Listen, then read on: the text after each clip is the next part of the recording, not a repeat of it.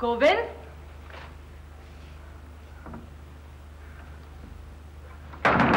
गोविंद, गोविंद,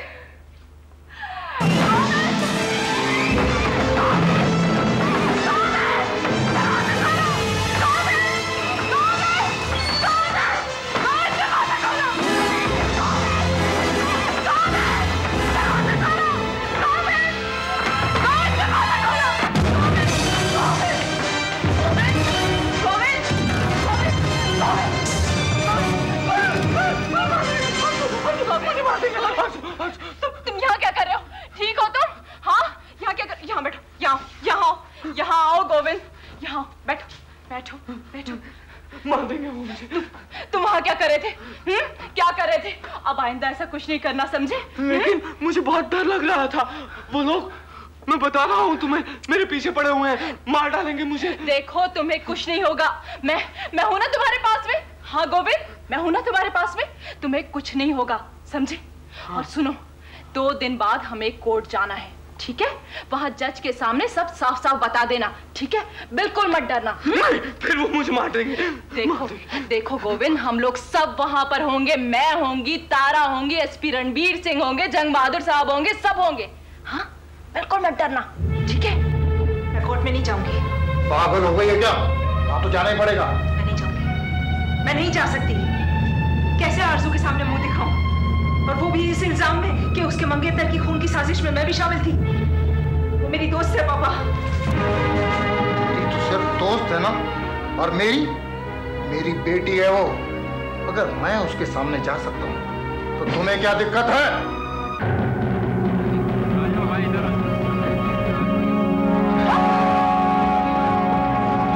ले जाओ उसे, और चेक पोस्ट के उस पार छोड़ दो।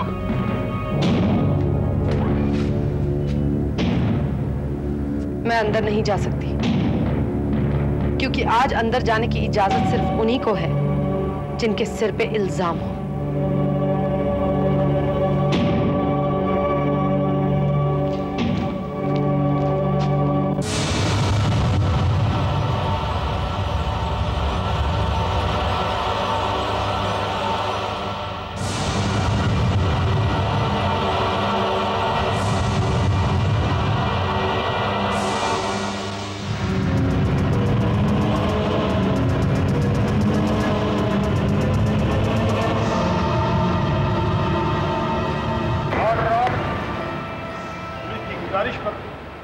अदालत रखी गई है।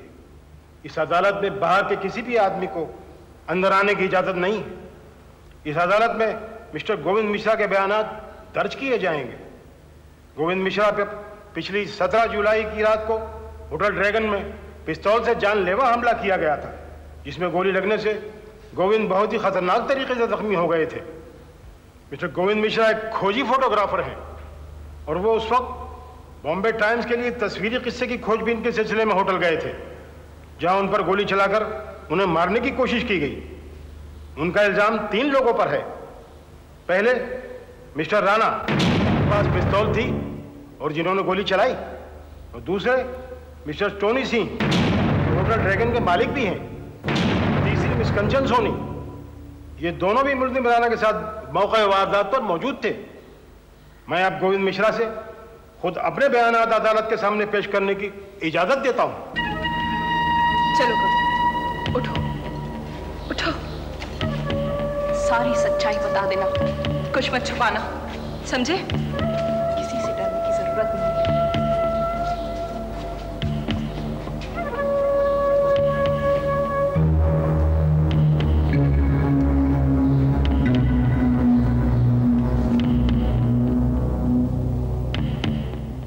गीता की सौगंध खाकर कहो, जो कुछ भी कहोगे वो सच कहोगे और सच के सिवा कुछ नहीं कहोगे।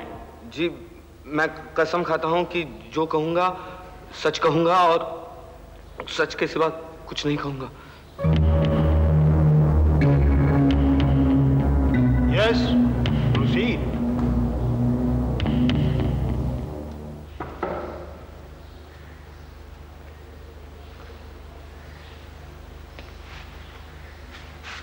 मिस्टर गोविंद मिश्रा जी, आपका कहना है कि जब आपको गोली लगी उससे पहले आपने होटल ड्रैगन में 3 लोगों को देखा। होटल ड्रैगन के उस कमरे में जिसमें से एक थे राणा साहब, जिन्हें आपने पहचान लिया था। क्यों? यही ना? जवाब दीजिए मिस्टर गोविंद, आपने राणा साहब को देखा था या नहीं? मिस्टर गोविंद, हम आपसे पूछ रहे हैं, आपने राणा साहब को देखा था या नहीं?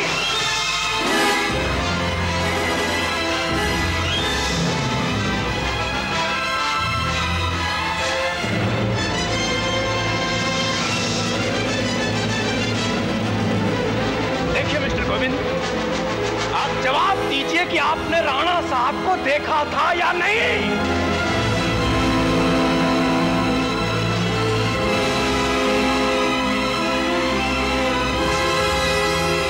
बताइए मिस्टर गोविंद, जवाब दीजिए, आपने राणा साहब को देखा था या नहीं?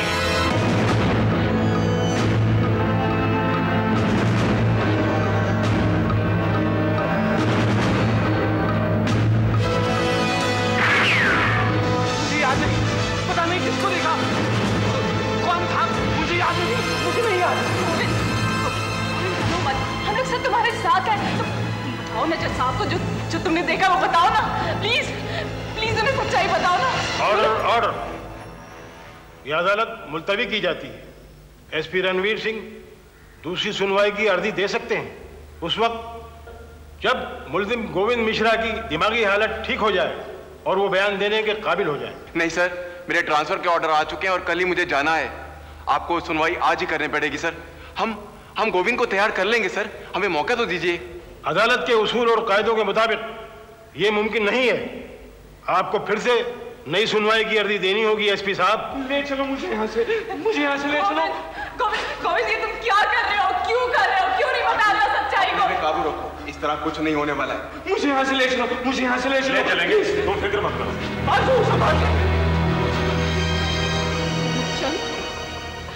तू मेरी सहेली है ना?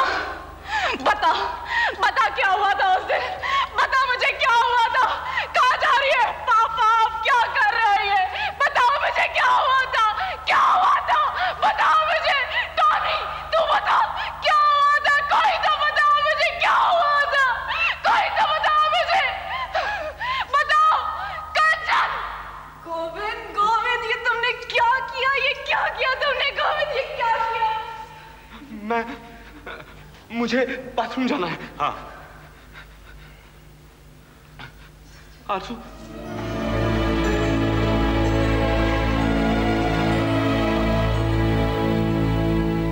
शायद हमने गोविंद को कोर्ट में लाने में जल्दी की। सही बात है, ये सारी गड़बड़ मेरी ट्रांसफर की वजह से हुई है।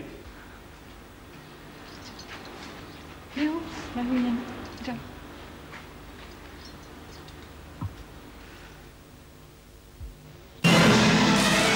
मिस्टर गोविंद, हम आपसे पूछ रहे हैं, आपने राणा साहब को देखा था या नहीं? आप जवाब दीजिए कि आपने राणा साहब को देखा था या नहीं?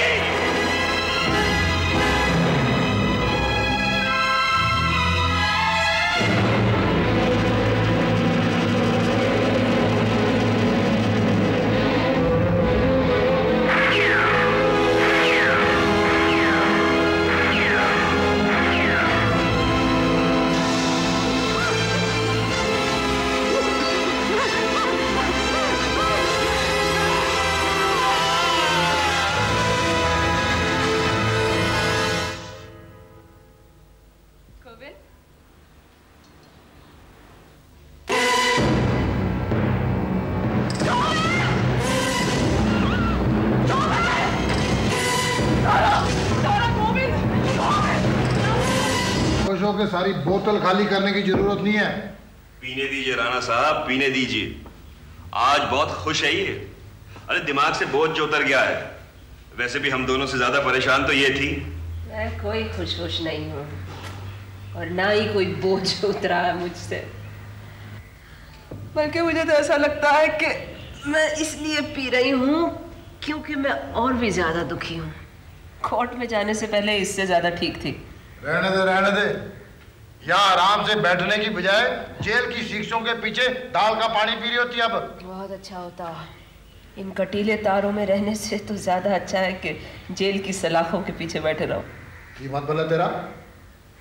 पापा, आपको नहीं लगता कि आप इस पूरे खेल में कोई बहुत इंपॉर्टेंट चीज हार गए? हार गया हूँ मैं? क्या? पापा, मुझे हमेशा ऐसा लगता था कि आप अपनी बेटी से बहुत प्यार करते हैं, बल्कि इस दुनिया में सिर्फ उसी से प्यार करते हैं। और आज पुलिस से बचने के लिए आपने उसी को खो दिया। वाह वाह, क्या आप कीमत चुकाई है अपने आप को बचाने की। सही कह रही है तू कंचन। आरजू मेरी बेटी है, ठीक है। मैंने तुझसे पहले भी कहा और आज फिर कह रहा हूं, हमारा तंदा हथियारों के साथ जज्बात रखने की इजाजत नहीं देता। दरअसल हमारे जज्बात दुश्मन के लिए हथियार बन के हमको खत्म कर सकते हैं, जान ले सकते हैं हमारी। इसलिए हमारे तंदे में माँ बाप बहन भरा बेटा बेटी पति पत्नी कुछ नहीं होता, कोई रिश्ता नहीं होता। किस तरह से आप जी सकते हैं सारी जिंदगी? हाँ, यही तो प्रॉब्लम है, यही प्रॉब्लम है कि नहीं जी सकते। इसलिए जरा सी गलती करते हैं और फंस जाते, जैसे मैंने की। मैं अच्छी तरह जानता था कि गोविंद और आरजू कहाँ छुपे हुए हैं, पर अपनी बेटी होने की वजह से मैंने कुछ नहीं किया और नतीजा देख लो। साला कोई दूसरा होता ना तो गोली मार के खत्म कर देता उन दोनों को। ना कोर्ट में जाना पड़ता और ना इस तरह मुंह काला करना पड़ता। पापा, कल को अपने आप को बचाने के लिए आपको मेरी भी कुर्बानी देनी पड़े तो दे देंगे आप? बिल्कुल। और तुझे भी यही सलाह दूंगा कि अगर तुझे अपने आप को बचाने के लिए मेरी कुर्बानी देनी पड़े ना तो हिचकिचाना मत। हम जो खेल खेल रहे हैं ना उसका कायदा तो यही कहता है बेटा। और जब तक तू ऐसे सोचने नहीं लग जाती इस तंदे में कामयाब नहीं हो सकती तू। आपा खोने से कुछ नहीं होता पुत्र, आपा खोने से कुछ नहीं होता। पुलिस और हम शतरंज के दो खिलाड़ियों की तरह हैं। उनकी जीत हमको कैद करके रखने में और हमारी जीत आजाद रहने में। और दोनों खिलाड़ी अपनी चालें चलते रहते हैं। और अगर कोई खिलाड़ी अपनी शय बचाने के लिए अपने घोड़े को मरवा देता तो इसमें गलत क्या है? और पुत्र, जहां तक मेरा सवाल है ना, मैं अपनी मात नहीं होने दूंगा, कभी नहीं। अपने आप को गिरफ्त में नहीं होने दूंगा। उसके लिए चाहे मुझे अपने किसी भी मोरे को कुर्बान करना पड़े, मरवाना पड़े, मैं नहीं होने दूंगा ये। तू भी अपना ये असूल बना ले पुत्र, अच्छा है, तू भी अपना असूल बना ले। हाँ, रो पुत्र, रो पुत्र, मैं कहता रो। रोने से जी हल्का हो जाता पुत्र। आज रो ले तू, रो मेरा बच्चा, जी हल्का कर ले। कंचन, ए कंचन पुत्र, देख पुत्र, रो रो मेरा बच्चा। रो मत, 2 दिन से लगातार रो रही है। चुप हो जा, डोंट वरी, गोविंद मिल जाएगा। सारे पुलिस स्टेशन को खबर कर दी है। अब गोलियां खा ली हैं तो सो जाएगी, ठीक हो जाएगी। इसको इस तरह नींद की गोलियां देना अच्छा नहीं है, नुकसान भी तो हो सकता है। नहीं नहीं, कुछ नहीं होगा। मैंने डॉक्टर से पूछा था, उसने कहा कि 1-2 दिन में ठीक हो जाएगी अगर आराम से सो ले तो। रो रो के आवाज बैठा ली है इसने, और रोगी तो पता नहीं क्या हो जाएगा। हाँ सही बात है। नहीं, अच्छा है जितना सोए। ये गोविंद के नहीं मिल पाने से वाकई बहुत खराब हालत हो गई इसकी। आई गेस सब ठीक हो जाएगा धीरे धीरे। तुम लोग बैठो, मैं कॉफी बना के लाती हूँ। तारा रुको, चीजो तुम्हारी हेल्प कर देगा। चीजो, तारा की हेल्प कर दो ना। मैं यहाँ आरजू के पास बैठती हूँ। नहीं नहीं, तुम बैठो, मैं कर लूंगी यार। नहीं नहीं नहीं, हुक्म है बीवी का, सर माथे पर। जो भी है, चलो ना।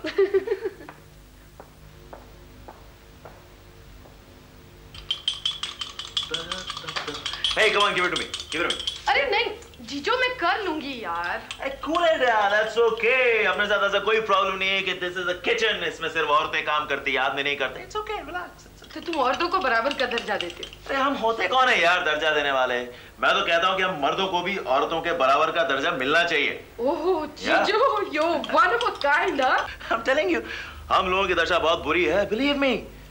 एक पूरी नई जनरेशन आ रही है औरतों की जो अपने आदमियों को मुट्ठी में रखती है। यानी तुम शीना की मुट्ठी में रहने को तैयार हो? Why not, man? बशर्ते वो अपने हाथ पे चढ़ने तो दे, या फिर हमें प्यार से छू ही दे ताकि हम उसके जादू से ही मुट्ठी में आ जाए। मतलब? नहीं नहीं कुछ नहीं, man. I just said something, है ना, ऐसे ही। नहीं नहीं, तुमने ऐसा क्यों कहा कि कम से कम प्यार से छू ही ले? नहीं नहीं कुछ खास नहीं यार, it's cool, it's okay. जीजो, कुछ छिपा रहे हो ना? ए नहीं मैन, नहीं। मेरी आंखों में आंखें डाल के कहो। पता नहीं तारा, मैं नहीं समझ पाता वजह क्या है, लेकिन शायद तुम समझ पाओ।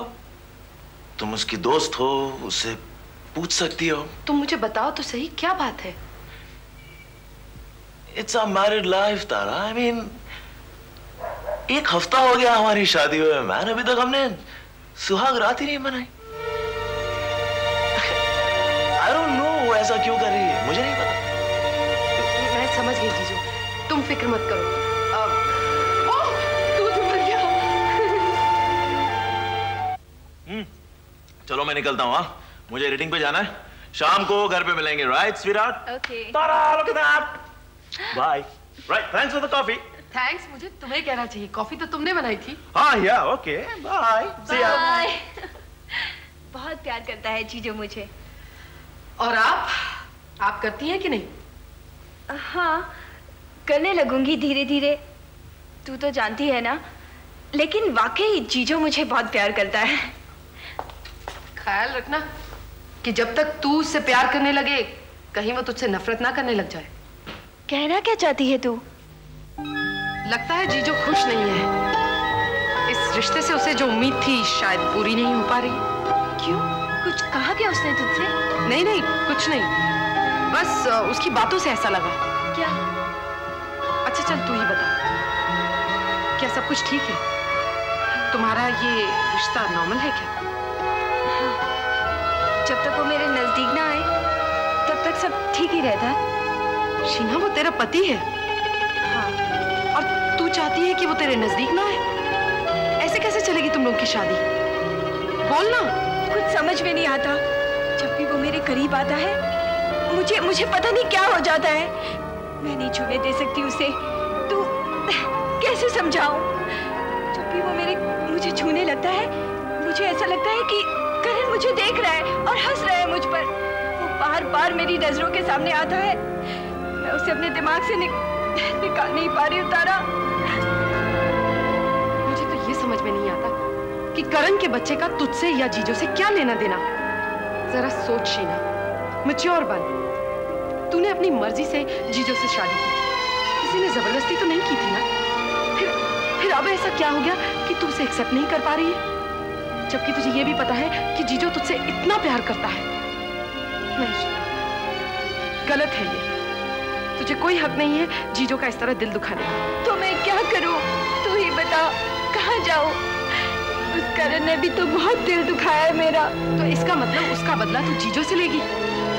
जीजो बेचारे को तो करण के बारे में कुछ मालूम भी नहीं, कुछ लेना देना नहीं है। फिर वो क्यों तड़पे, क्यों सहे ये सब कुछ?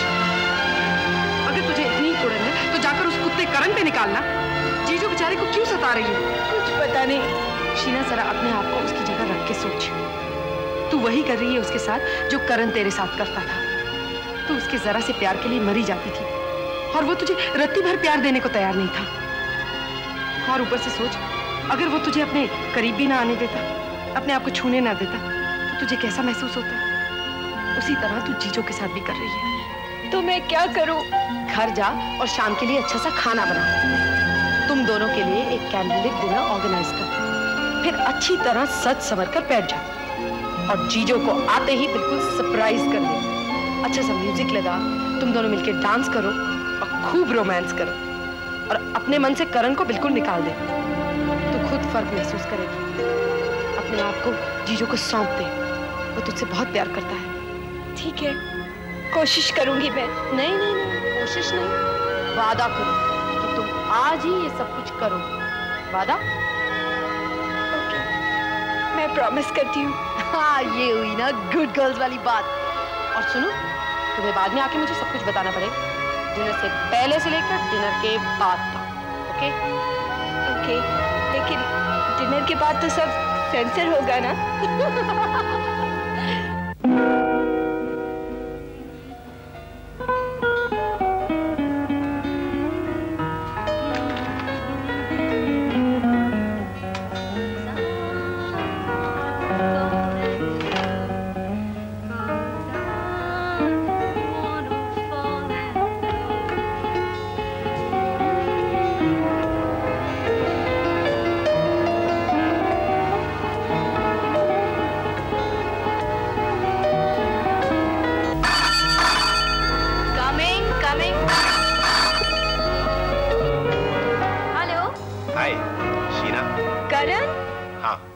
तुम्हें मेरा नंबर कहाँ से मिला? लो, जीजो इतना मशहूर आदमी है, उसका नंबर तो कहीं से भी मिल सकता है। वैसे बाय द वे मुबारक हो।